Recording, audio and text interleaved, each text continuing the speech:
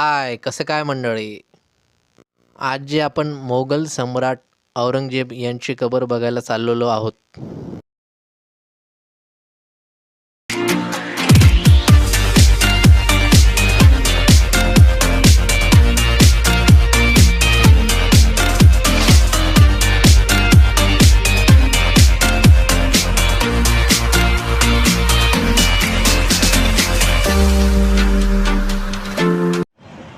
तर मंडळी आता आपण बघू शकतो की आपण जो भगवान महावीर चौकाचा जो उड्डाणपूल आहे तो आपण क्रॉस केलेला आहे आणि आता मागे जे बघत आहोत आपण भगवान महावीरचा उड्डाणपूल आहे आणि आता आपण इथून सुरुवात करत आहोत.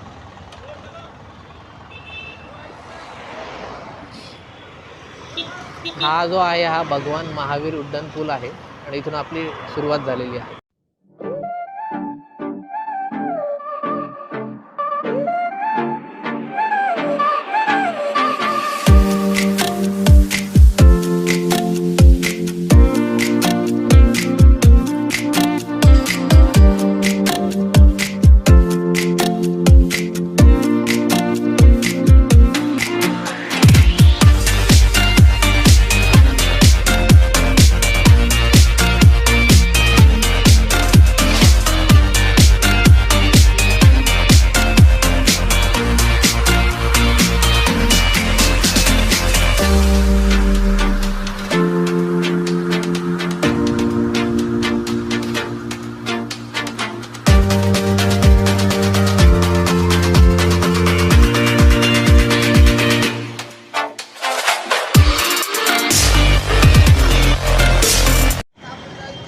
तर मंडळी आता जो आहोत आपण नगर नाक्याला पोहोचलेलो आहोत आणि तुम्ही नगर नाक्याचं दृश्य बघू शकता.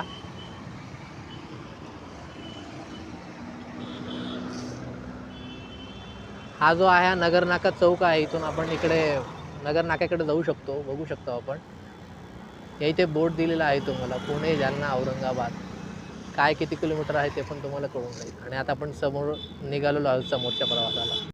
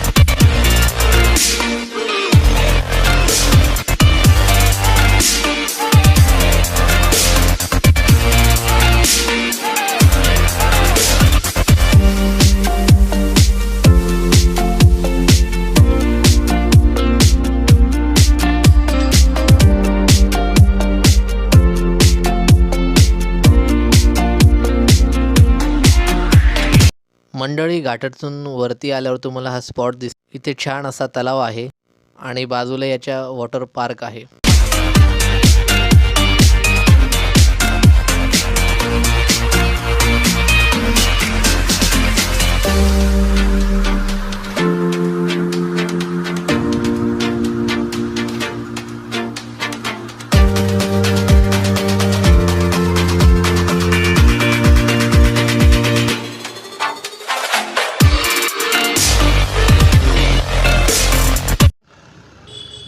तर मंडळी आता जे आहोत आपण घाट क्रॉस करून जो आहोत वरती सरळ आलेलो आहोत, आपण बघतच आहोत.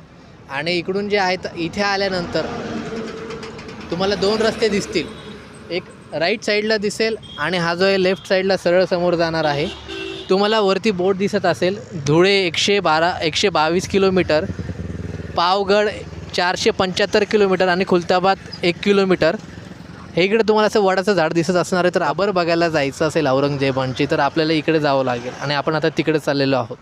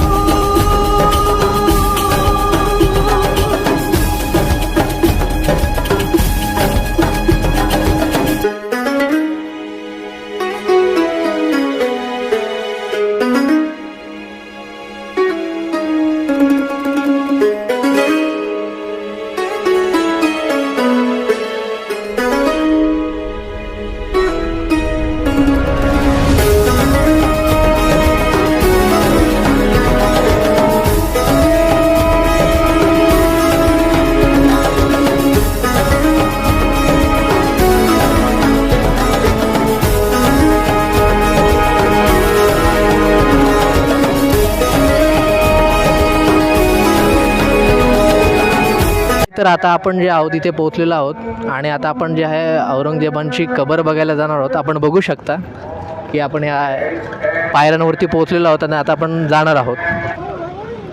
तर मंडळी बघू शकता तुम्ही की इथे आजूबाजूला दुकानं दिलेत आहे. तिथं फुलाचं दुकान आहे. या इथे जे आहे तुम्हाला काही जर सामान वगैरे घ्यायचं असेल तर ते दुकान आहे. तिकडे गेलं तर तुम्हाला चहा पिण्यासाठी हॉटेल आहे. इकडे बघणार तुम्ही तर इकडे जे आहे तुम्हाला सगळ्या प्रकारचे जे औषधी आहेत, आयुर्वेदिक औषधी, आणि काही उपचार पाहिजे असेल तर इथे दवाखाना आहे छोटासा हकीमचा. आणि ह्या इथे जे आहे इथे एक टी सेंटर आहे, तुम्ही बघू शकता. आणि आता आपण इकडे चाललो आहे.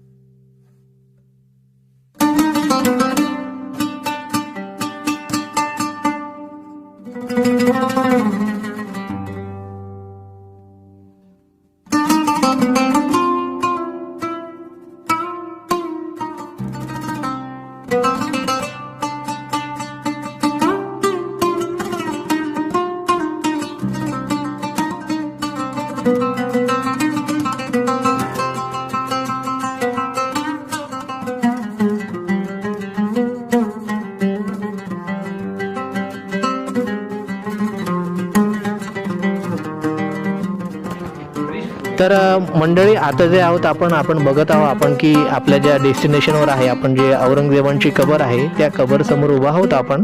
आणि इथे जे आहेत निसार अहमद सर आहेत, ते आपल्याला या कबरबद्दल माहिती सांगतील. तर आता आपण त्यांच्याशी बोलू. नमस्कार मंडली, मेरा नाम है निसार अहमद, खादिम हज़रत औरंगज़ेब आलमगीर रहमतुल्लाह अलैह. अब यहाँ के इतिहास के बारे में मैं आपको पूरी माहिती देता हूँ. आइए चलो चला.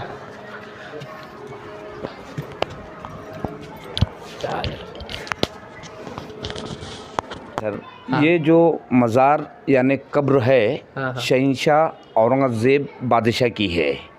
ये इनकी वसीयत यानी इच्छा थी कि मेरी कब्र जो है मिट्टी की कच्ची कब्र बनाना, उसके ऊपर जो झाड़ है सब्ज़े का लगाने का, कब्र के ऊपर कोई गुम्बज इमारत नहीं बनाना, ओपन टू स्काई रखना और सफ़ेद सादा प्लेन वाइट ऑर्डिनरी चादर डालना. जैसा कि मामूली गरीबों का कब्र होता है उसी की माफिक मेरी कब्र भी सादी बनाना. कोई रंगीन या जरी या मखमल का अमीरों को तरह कोई कलर इसके ऊपर चादर नहीं चढ़ाना कलर वाली. ये जो मार्बल का जाली दिखाई दे रहा है, इसके पहले यहाँ पर इसी किस्म की ओरिजिनल लकड़ी की जाली थी, मिट्टी का फर्श था. लेकिन ये हैदराबाद के जो निज़ाम नवाब थे तो उन्होंने ये Lord Curzon viceroy of India की बहुत ही रिक्वेस्ट करने पर 1921 के अंदर ये मार्बल का जाली ये हैदराबाद के आखिरी निज़ाम ने बनवाए. औरंगज़ेब की लास्ट विल थी कि मेरी कब्र जो है सिर्फ 14 रुपया 12 में बनाने का, 14 रुपीज़ 75 पैसे में।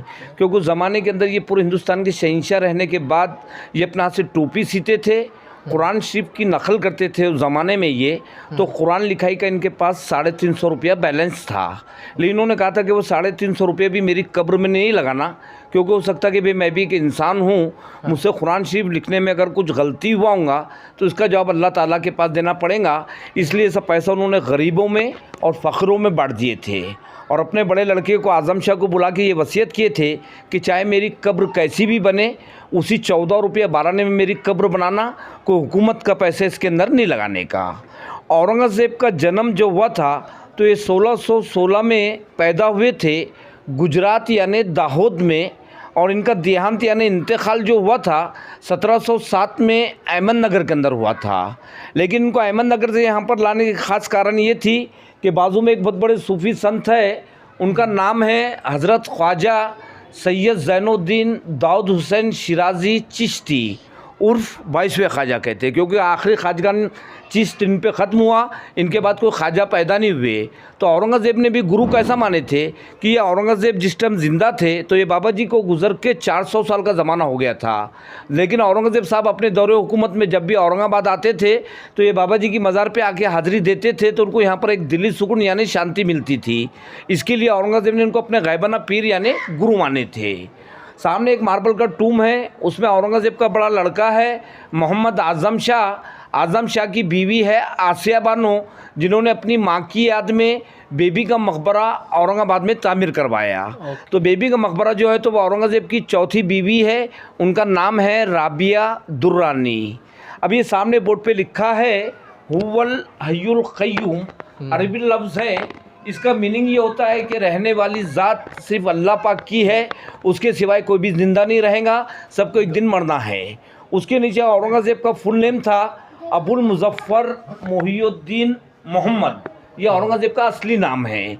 लेकिन ये तख्त पे बैठे तो उनको टाइटल्स नेम दिया गया था औरंगज़ेब बहादुर आलमगीर बादशाह गाज़ी खुल्द मकान, यानी इस प्लेस का नाम रखा गया खुल्दाबाद।